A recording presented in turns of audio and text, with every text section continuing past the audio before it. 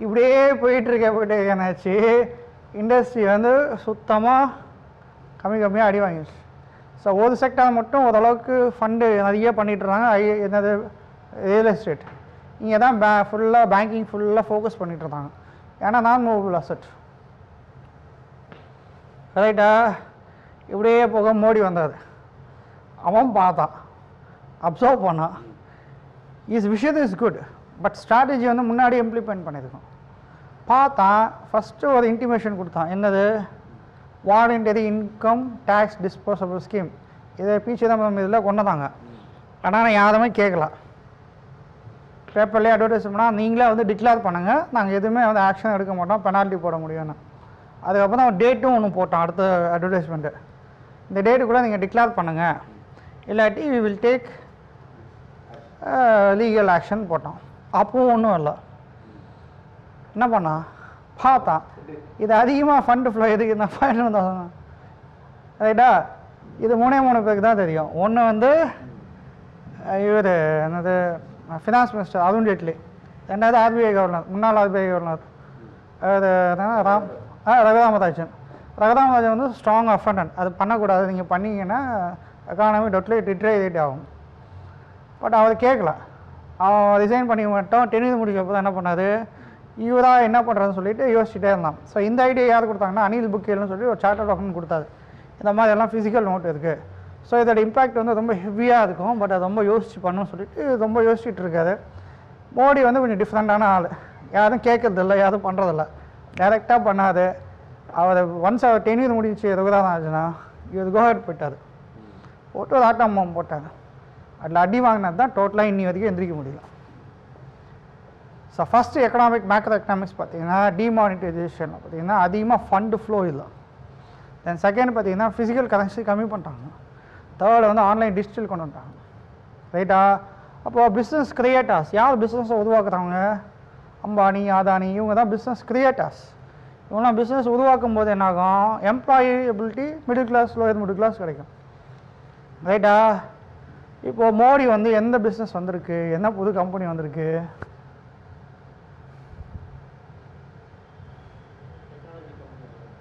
எதுவுமே வரல. சொல்கிறதுக்கு ஒன்றுமே இல்லை. பிகாஸ் என்னாச்சு, அந்த ஒன்று டிமானிட்டைசேஷன் ஒரு ஹார்ட் அட்டாக் வந்துச்சு. அதில் ஸ்டண்ட்டை போட்டு ரிப்பேர் பண்ணி சர்ஜரி பண்ணி கொஞ்சம் ஹீலிங் ஆகி மேலே வரத்துக்குள்ளே இன்னொரு ஆட்டமும் போட்டான். ஜிஎஸ்டி கொண்டு வந்துட்டான் இல்லை, சென்ட்ரலைஸ்டு டேக்ஸ். அதில் பயங்கர கரப்ஷன், அதில் பயங்கர கன்ஃபியூஷன். அதில் நாங்கள் இன்புட் கிரெடிட் கொடுக்குறோன்னா இன்னும் கொடுக்கலாம். ரைட்டா? இதுக்கு நடுவில் ஒபெக் ஆயில் ப்ரைஸ். ரைட்டா? அதுக்கப்புறம் இன்னும் டாக்ஸேஷன் கொண்டு வந்தான், அதுவும் பெண்டிங்கில் நிற்கிது. இப்படி எல்லாம் போய் இதுவே 2 இயர்ஸ் ஆச்சா. நம்ம நேரம் என்ன செய்ய, திருப்பி வந்து கொரோனா அவுட், க்ளோஸ். என்னாச்சு? மைனஸ் வந்து ஜீரோ வந்து ஜீரோலேருந்து மைனஸ் ஆகிடுச்சு. இதுலேருந்து திருப்பியும் ஒரு லாக்டவுன், செகண்ட் லாக்டவுன். அதுக்கப்புறம் தமிழ்நாடு மட்டும் எடுத்துக்கிட்டோன்னா 10 இயர்ஸாக ஒன்றுமே கிடையாது. ஃபஸ்ட்டு 5 ஜெயலலிதா ஒன்றுமே பண்ணலாம். அம்மா வாழ்க, அம்மா சாப்பிட்டாங்க, அம்மா இருந்தாங்க, அம்மா போய் பேசுறதுக்கே டைம் சரி போச்சு. அடுத்த டேயில் வந்து 3 மாதத்தில் இறந்து போயிட்டாங்க. தமிழ்நாடு growth ஒன்றுமே கிடையாது. ரைட்டா? So fund flows totally been nullified. So per capita income எப்படி ஆச்சுன்னா 80s இருக்கிற மாதிரி மினிமம் இன்கம்லேயே ஓடிட்டு இருக்கு. சிஸ்டத்தை மாற்றி விட்டுருக்கான். நம்ம சிஸ்டத்தை மாற்றி விட்டதை புரிஞ்சிக்க முடியல. எல்லாம் ஆன்லைன் டிஜிட்டல் கொண்டு வந்துட்டான். பர் கேபிட்டா இன்கம் கம்மியாகிடுச்சு. பேசிக் நீடு மட்டும் இருக்குது. இது ஒன்று இருக்குன்னா கம்பெனிஸ் எல்லாம் பார்த்திங்கன்னா ஆன்லைனில் போயிடுச்சு. நிறைய பேருக்கு இங்கிலீஷ் தெரியல, பேசிக் நாலேஜ் இல்லை, எக்ஸ்பான்ஷன் பின்னாடி பார்ப்போம் அது. ரைட்? ஸோ ஒரு பிஸ்னஸ் பண்ணனா என்னென்ன பேராமீட்டர்ஸ் எடுக்கணும்னு தெரியும். எனக்கு காட் மை பாயிண்ட். இதெல்லாம் தெரிஞ்சால் தான் டிசிஷன் எப்படி எடுக்கலாம். இல்லாட்டி ஏன் நல்லா யோசிச்சு பாருங்கள், ஃபோர்டே இந்தியா விட்டு போகிறான். ஏன் இந்தியா விட்டு போகிறான்?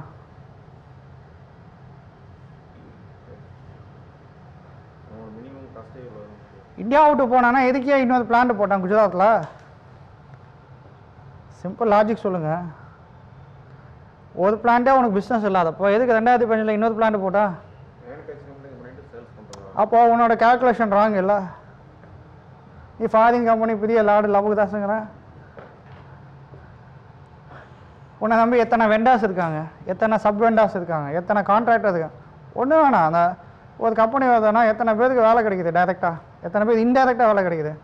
லாரி டிரைவருக்கு வேலை கிடைக்குது, டிரான்ஸ்போர்ட்டேஷன் லாஜிக் இல்லை, அங்கே இருக்கும்போது ரோட்டு வருமா கடைகளுக்கு வேலை கிடைக்குது. அதான் நம்பி இருக்கிற விவசாயிகளுக்கு அரிசி பருப்பு மேனுஃபேக்சர். அப்போ இருக்கிற கம்பெனியெல்லாம் மூட்டானா ஏற்கனவே 3 கார் கம்பெனி சென்னை விட்டு போயிடுச்சு. என்னது கியா இங்கே பூஜை போட்டாங்க, ஆந்திரா ஸ்ரீ சிட்டிக்கு போயிடுச்சு. பெஜாரோ இங்கே பூஜை போட்டாங்க, பெங்களூருக்கு போயிடுச்சு. ரைட்டா? டாட்டா இண்டிகா சிலுங்கூர் பெங்காலில் கல்கட்டாவில் போட்டாங்க, ப்ராப்ளமாக இங்கே கொண்டு வந்து ஆனந்துக்கு போயிடுச்சு. குண்டா இன்னொரு பிளான்ட் அங்கே போயிடுச்சு, ஃபோர்டு இன்னொரு பிளான்ட் இங்கே. இப்படி எல்லாத்தையும் மூடி போனால் பிஸ்னஸ். ஸோ ஃபண்டு ஃப்ளோ எதில் இருக்குது?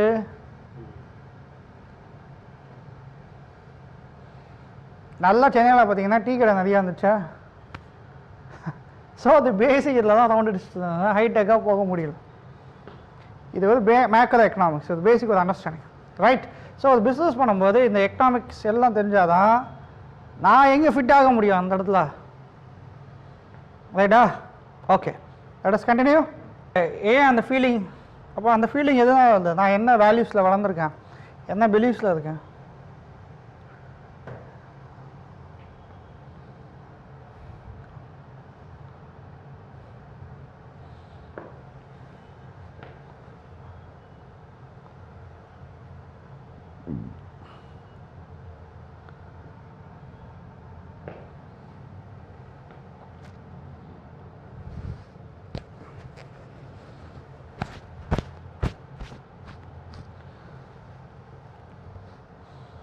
புரியுதா உங்களுக்கு? ஸோ இதெல்லாம் நம்ம டீட்டெயிலாக உட்காந்து மெடிடேஷன் பண்ணி கொஞ்சம் கொஞ்சமாக மாற்றணும் செகண்ட் செஷனில். Right? Any doubt? Okay, let start noticing by what changes are emotion. எது நம்மளை இமோஷனாக ட்ரைவ் பண்ணுது? இமோஷன்னா என்னது இல்லை? இந்த இமோஷனுக்கும் நம்மளுடைய டிசிஷன் மேக்கிங் எப்படி இம்பேக்ட் இருக்குது? ஏன் இன்னைக்கு ஃபினான்ஷியலாக ப்ராப்ளம் இருக்குது எல்லா இடத்துலையும்? இமோஷனல் டிசிஷன் எடுக்கணும். கிரெடிட் லயபிலிட்டியில் போய் மாட்டிக்கிறோம் இல்லை? So what is emotion? Emotion is created by change in the body motion. நான் எதுக்கு உங்களுக்கு ஸ்ட்ரைட்டாக உட்கார சொன்னேன்? உங்களோட திங்கிங் பேட்டர்ன் மாற்றுறதுக்கு தான். ரைட்டா? அப்போது எப்படி இமோஷன் மாறுது? The way you move your body, the way you sit, ரைட்டா? தி வே யூ எக்ஸிக்யூட் இல்லை? அப்போ எப்படி நீங்கள் வந்து அந்த இமோஷனாக ட்ரைவ் ஆகுதுங்க, எப்படி உங்கள் பாடி மைண்ட் கண்டிஷன் ஆகிருக்கு. இதில் பார்த்தீங்கன்னா internal emotion and external emotion. இது எல்லாமே எழுதுங்க, கொஞ்சம் காம்ப்ளெக்ஸாக இருக்கும், but I still make it so simple.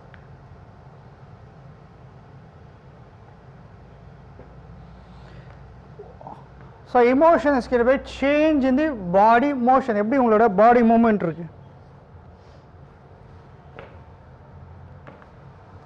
So different action produce different result. அப்படின்னா என்னது? ஒரு ஆக்ஷன் எடுத்தால் ஒரு ரிசல்ட் வருமா? ரைட்டா? இல்லை ரிசல்ட் ஃபிக்ஸ் பண்ணி ஆக்ஷன் எடுக்குது பெட்டரா?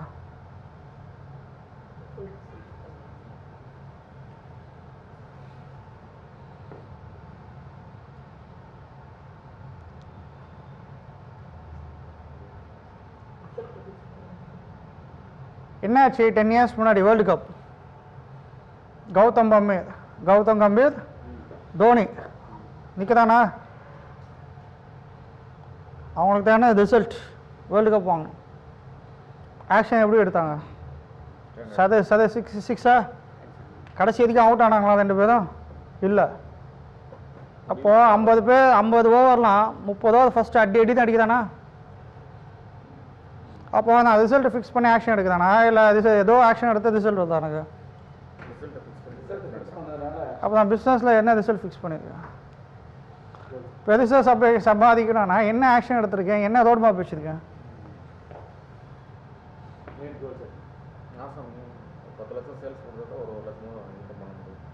இல்லை அது இன்கம் ஏர்ன் பண்ணுறதுக்கு நான் என்ன ஒர்க் அவுட் பண்ணியிருக்கேன், என்ன ரோட் மேப் வச்சுருக்கேன், எந்த இடத்துல இமோஷனலாக அவுட் ஆகிருக்கேன். அப்போ first take control of your consistent action. எழுதுங்க என்ன கன்சிஸ்டன்ட் ஆக்ஷனு, எங்கே நான் எமோஷனலாக வீக் ஆகிறேன், எங்கே எமோஷனலாக டவுன் ஆகிறேன், எங்கே எமோஷனலாக டிசிஷன் எடுத்திருக்கேன் அப்படின்னா என்ன சொல்ல வரீங்க? எங்கெல்லாம் வேஸ்டேஜ் இருக்குது, எங்கெல்லாம் உருப்படாத விஷயத்துக்கெல்லாம் முக்கியத்துவம் கொடுக்குறேன், பெட்டி டாக்ஸ். அப்போ நான் ஸ்டாண்டர்ட் ரைஸ் பண்ணியிருக்கேனா? காது குத்துறதுக்கு மூக்கு குத்துறது இதுக்கெல்லாம் நான் போயிட்டு இருந்தால் எப்படி உருப்படும்?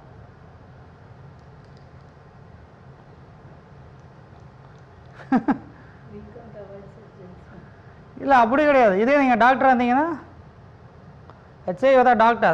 As a lady, we have to manage both sides. No, I got your point, but let's say you are a doctor. What do you do? Will you just go for all the things, or you be more proud of saving life? இப்போ நீங்கள் எப்படி உங்களை பார்க்குறீங்க, அதுதான் பிரச்சனை. உங்களை எல்லாம் வெட்டி இதுக்கு தான் முக்கியத்துவம் கொடுக்கணும். ஏன் உருப்படாமல் இருக்காங்க, ஏன் வளர்ச்சி இல்லை? டிவி சீரியல் பார்த்து இப்படி தான் இருக்காங்க. ஒரு நாளைக்கு 1,00,000 ரூபாய் சம்பாதிச்சு தான் தூங்குவீங்களா? ஏன் அந்த மாதிரி யோசிக்கக்கூடாது? ஒரு 5 years முன்னாடி இந்த ஆன்லைன்லாம் அப்போ தான் ஃபேஸ்புக்கெலாம் லைவாக கொடுக்க ஆரம்பித்தேன். அப்போ நான் யூஎஸ்க்குலாம் ஒரு கிளைண்ட் எல்லாம் கொடுத்தது சும்மாவே நான் கைட் பண்ணிட்டு இருந்தேன். US real problem. நான் அவனுக்கு வந்து ஒரு 6 months சும்மா டூல்ஸ் டிப்ஸ் எல்லாம் கொடுத்துட்டு இருந்தேன். சரி ஹவு மச் இஸ் யூ சார்ஜுண்ணா? சரி என்ன சரி சும்மா $2,000. ஓ தட்ஸ் இட்டுண்ணா. சரி ஏண்ணா டி ஹேவ் பேபால்ண்ணா? எஸ் தான்ண்ணா. ஓகே கிவ் மீ தட் லிங்க்குண்ணா. கொடுத்தேன். பார்த்தா 1/2 மணி நேரத்தில் ட்ரான்ஸ்ஃபர் பண்ணான். எவ்வளோ அப்போ வந்து 65 rupees-ஆ? 65 into 2 எவ்வளோ ஆச்சு? நான் ஆக்சுவலி கோச்சிங்கே பண்ணலாம். அவனுக்கு வந்து நிறைய டூல்ஸ் இந்த மாதிரி தான் சொல்லி கொடுத்துட்டு இருந்தேன். பிகாஸ் அவன் வந்து $5,000 கொடுத்து பாப் டாக்டர்கிட்ட போயிட்டு வந்திருக்கான். அதில் அவனுக்கு ஒன்றுமே புரியல. அவன் ஜஸ்ட் 2,000 தான். என்னடா என்ன ரொம்ப சீப்பாக நம்மளை பார்க்குறான்னு நினச்சேன். எனக்கு இங்கே எவ்வளோ வந்தது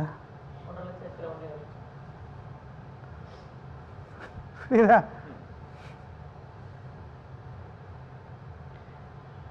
இதுதான் சொல்கிறேன். சில டைம் எப்போ கடவுள் கொடுப்பான்னு தெரியாது, வரும். நான் டொனேஷனே அதில் வந்து கிட்டத்தட்ட 30,000-40,000 பண்ணேன். டெய்லி அந்த இது எஃபியில் வரல கீட்டோ உடம்பு சரியில்லைன்னா டாக்டர் இஷ்டது. போன வருஷம் கூட நான் எவ்வளோ பண்ணேன். எவ்வளோ ஏர்ன் பண்ணாலும் I always have some percentage for donation. அது அண்டர்பிரிவிலேஜ் ஆர்ஃபனேஜ் என்னமோ எனக்கு எப்போ தோணுது. அப்போது என்ன ஆக்ஷன் ரைட்டா? அப்போது என்ன ஆகுது, எல்லாமே இந்த பிலீஃபில் போய் முடியுது. எல்லாமே நம்மளுடைய நம்பிக்கை. அப்போ எப்படி இந்த நம்பிக்கை உருவாகுது? What is a belief, how it is form, where it is form? சும்மா சொல்லிக்கலாம். That is not really actually financial figure. நான் நிறைய 1000 கோடி டர்ன் ஓவர் பண்ணுறதுலாம் பார்த்துறேன். எல்லாம் மண்டையை பிடிச்சி உட்காந்துட்டு இருப்பாங்க. ஓகே, அப்போ எப்படி அது இந்த பிலீஃப் எப்படி ஃபார்ம் ஆகுது? இந்த 5 சென்ஸ் வச்சு ஃபார்ம் ஆகும் இல்லை? அங்கே தான் உங்கள் ஏர்னிங் ஸ்கூலுங்கெல்லாம் ஏன் சின்ன வயசில் வந்து எப்படி அந்த பிலீஃப் ஃபார்ம் ஆகுது, சின்ன வயசில் அது எப்படி ஃபார்ம் ஆகுது, அதனால தான் பெரிய ஸ்கூலுங்கெல்லாம் போடுறாங்க இல்லை? எங்கே பிரச்சனை ப்ராப்ளமா? சின்ன வயசில் எப்படி வளர்ப்பு முறை,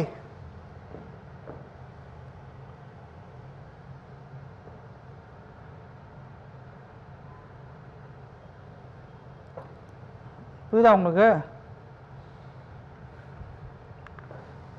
அப்போ பிலீஃப் எப்படி? Belief is a feeling of certainty, what something means to me.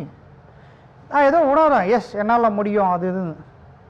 What something அதை நான் வந்து என்னது எந்த கோணத்தில் பார்க்குறேன், which is supported by reference. என்ன ரெஃபரன்ஸ் பாயிண்ட் எடுக்கிறேன்?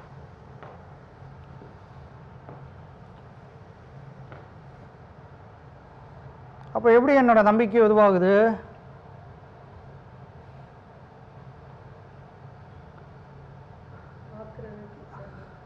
அது 5 சென்ஸ் மூலம் நான் கணிக்கிறேன். இப்போ உள்ள நம்பிக்கை எப்படி உருவாகுது, அந்த 5 சென்ஸ் மூலமாக நான் கிரகிச்சுட்டு ஒரு உள்ளுணர்வு என்னால் முடியும், சம்திங் முடியும்னு சொல்லுது. அதை நான் எப்படி பார்க்குறேன், எந்த கோணத்தில் பார்க்குறேன், என்ன ரெஃபரன்ஸ் பாயிண்ட் எடுத்துக்கிறேன், யாரை ரோல் மாடலாக எடுத்துக்கிறேன். எப்படி உங்களுக்கு அந்த ஸ்கூல் ஸ்டார்ட் பண்ண உங்களுக்கு தோணுச்சு? அவங்க வந்து ஸோ ஸ்கூலில் ஒர்க் பண்ணனால உங்களுக்கு அந்த நாலேஜ் வந்தது. ஸோ அதால் மீன் வந்துட்டு இருந்தீங்கன்னா என்ன இதில் பிலீஃப் வந்திருக்கு உங்களுக்கு, மீன் வாங்கி வைத்தா பிஸ்னஸ் பண்ணலாம். Got my point. நான் எப்படி அந்த ட்ரைனிங் ஃபீல்டில் நான் நிறைய மீட்டிங் கான்ஃபரன்ஸ்லாம் போகும்போது அந்த ட்ரைனிங் நாலேஜ் கெயின் பண்ணேன். இப்படி திங்கிறத விட இப்படி தின்னா பெட்டர்னு தோணுச்சு. டக்குன்னு பண்ணால் லைஃபே வேறு லெவலுக்கு போயிடுச்சா. அப்போது whom do you associate is more important than who you are. High standard பீப்புளோட மூவ் பண்ணுறீங்களா இல்லை லோ ஸ்டாண்டர்ட் பீப்புளோட மூவ் பண்ணுறீங்களா? காசு வச்சுருப்பான், அவன் ஹை ஸ்டாண்டர்ட் கிடையாது, ஸ்க்ராப்பாக இருப்பான், நாலேஜே இருக்காது. அவங்ககிட்ட போய் என்னத்தை இருக்கு? என்கிட்ட வந்து நிறைய பேர் பிச் பண்ணுவாங்க, எவ்வளோ ஒருத்தன் கூட கன்வெர்ட் பண்ண முடியாது. நீ பணம் சம்பாதிக்கலாம், 1000 கோடி சம்பாதிக்கலாம், 1000 கோடி டேர்ன் ஓவர் பண்ணுறவங்க நான் கைட் பண்ணுறேன் கம்பெனிக்கு. ரைட்டா? எம்பிஏ ஃபேக்கல்ட்டியாக இருந்திருக்கேன், மேக்ரோ எக்கனாமிக்ஸ் நான் சொல்லிக் கொடுக்குறேன். எப்படி பிஸ்னஸ் ஆகுது இதெல்லாம் இன்டர்னலாக வரும்போது நிறைய தெரியும். அப்போ என்ன ஆகுது, உங்களோட பிலீஃப் எந்த அளவுக்கு ஃபார்ம் ஆகிருக்கு. என்ன சார் காமனாக சொல்கிறீங்க? அப்போது நடுவில் என்ன ஆகுது, இந்த இமோஷன் வருது. இந்த இமோஷனில் என்னது, internal emotion is power of why. Power of why அப்படின்னா என்னது,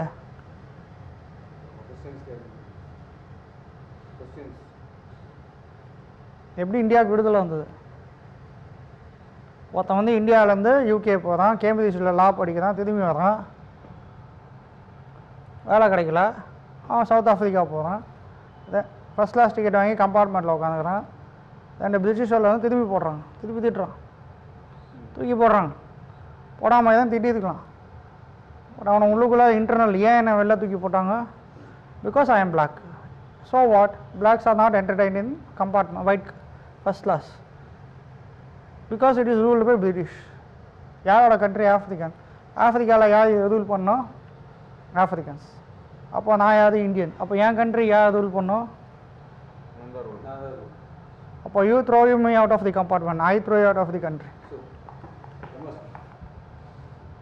அந்த பவர் ஆஃப் வைவா இதை தான் நீங்கள் கிளைண்ட்டுக்கிட்ட நீங்கள் எக்ஸ்பிளைன் பண்ணணும். எதுக்காக இந்த பிஸ்னஸ் எடுத்து நீங்கள் பண்ணணும், அதை அவனுக்கு புரிய வைக்கணும். சும்மா எடுத்து காசு பண்ணலாம்னா எது காசு பண்ணணும், ரைட்? இது எக்ஸ்டர்னல் எமோஷன் ஜஸ்ட் எழுதிக்கோங்க. பட் ரொம்ப இது கொஞ்சம் நம்ம டீப்பாக இது புரிஞ்சால் ஓகே. எக்ஸ்டர்னல் எமோஷன் வந்து 3 பேட்டர்னில் கவர்ன் ஆகும். உன்னோட பேட்டர்ன் ஆஃப் ஃபிசியாலஜி, நான் எதுக்கு உங்களுக்கு ஸ்ட்ரைட்டாக உட்கார சொல்கிறேன், உங்களோட வே ஆஃப் திங்கிங் பேட்டர்ன், உங்களோட திங்கிங் எப்படி இருக்கும், பாடி மூமெண்ட். அதனால தான் போலீஸ், ஆர்மி, நேவி, ஏர்ஃபோர்ஸ்லாம் பார்த்தீங்கன்னா பாடி ஸ்ட்ரக்சர் ஸ்ட்ரைட்டாக இருக்கும் இல்லை? 2வது என்ன பிலீஃப் பேட்டர்னில் வளர்ந்துருக்கீங்க, என்ன மாதிரி லாங்குவேஜ் யூஸ் பண்ணுறீங்க. அப்போ என்ன ஆகும், பிரெயினில் வந்து ஒரு இன்கேன்டேஷன் ப்ராசஸ் நடந்துகிட்ருக்கு. அதான் உங்களுக்கு பெரிய ஸ்கூல்லலாம் டிங் டாங் பெல்லாம் தெரியும்ல, மனசில் இருக்கா? 10th என்ன படிச்சிருக்கீங்க, 10th என்ன படிச்சிருக்கீங்க? பார்த்தீங்களா, டிங் டாங் பெல் ஞாபகம் இருக்குது. ஏன் 10th படிச்ச ஞாபகம் இல்லை? அப்போது டிங் டாங் பெல் எப்படி சொல்லிக் கொடுத்தாங்க டீச்சரு, டிங் டாங் பெல். அப்போ இதுதான் இன்கேன்டேஷன் சொல்லுவாங்க. அப்போ எப்படி உங்களோட உச்சரிப்பு வார்த்தைகள் இதெல்லாம் எப்படி ஆள் மனதில் பதிஞ்சுதுங்களா? அப்போ எப்படி உங்கள் வார்த்தைகள் உங்களை வந்து சேஞ்ச் பண்ணும், சில வார்த்தைகள் உங்களை மேக்னிஃபை பண்ணும், சில வார்த்தை டிமினிஷ் பண்ணும். இப்போ என்ன மாதிரி வார்த்தைகள் நீங்கள் யூஸ் பண்ணுறீங்க, என்ன மாதிரி பாடி மூமெண்ட், இதெல்லாம் எக்ஸ்டர்னல் ஃபோர்ஸாக உங்களுடைய வே ஆஃப் திங்கிங் மாறும்.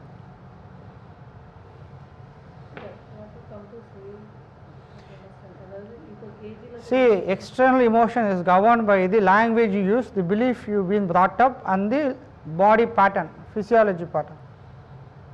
Right? So your thinking is based on your physiology pattern. இப்படியே சோகமாக உட்காந்துங்கன்னா என்ன ஆகும்? அதான் அப்போ அதுக்கு தான் கால் மேலே போடுவோம், அதுதான் ட்ரெஸ்ஸிங் பேட்டர்ன் மாற்ற சொன்னது. புரியுதுங்களா? we are not changing ourselves. அது வந்து ரொம்ப அதுதான் அந்த ட்ரெடிஷனாக லோ லெவல்லையே வந்துட்டு என்ன mind has got that conditioning. அதுதான் மற்றவங்க எதுவும் அதே மாதிரி நம்ம டிவியில் நியூஸ் எல்லாம் என்ன சொல்கிறாங்க, எல்லாம் லோ லெவல், எல்லாம் பெட்டி இஷ்யூஸ். இது ஏன் நீ டெய்லி ஆர்கியூ பண்ணுறேன், டிஸ்கஸ் பண்ணுறேன், டிபேட் பண்ணும்போது மைண்ட் எப்படி கண்டிஷன் ஆகும்? ஆ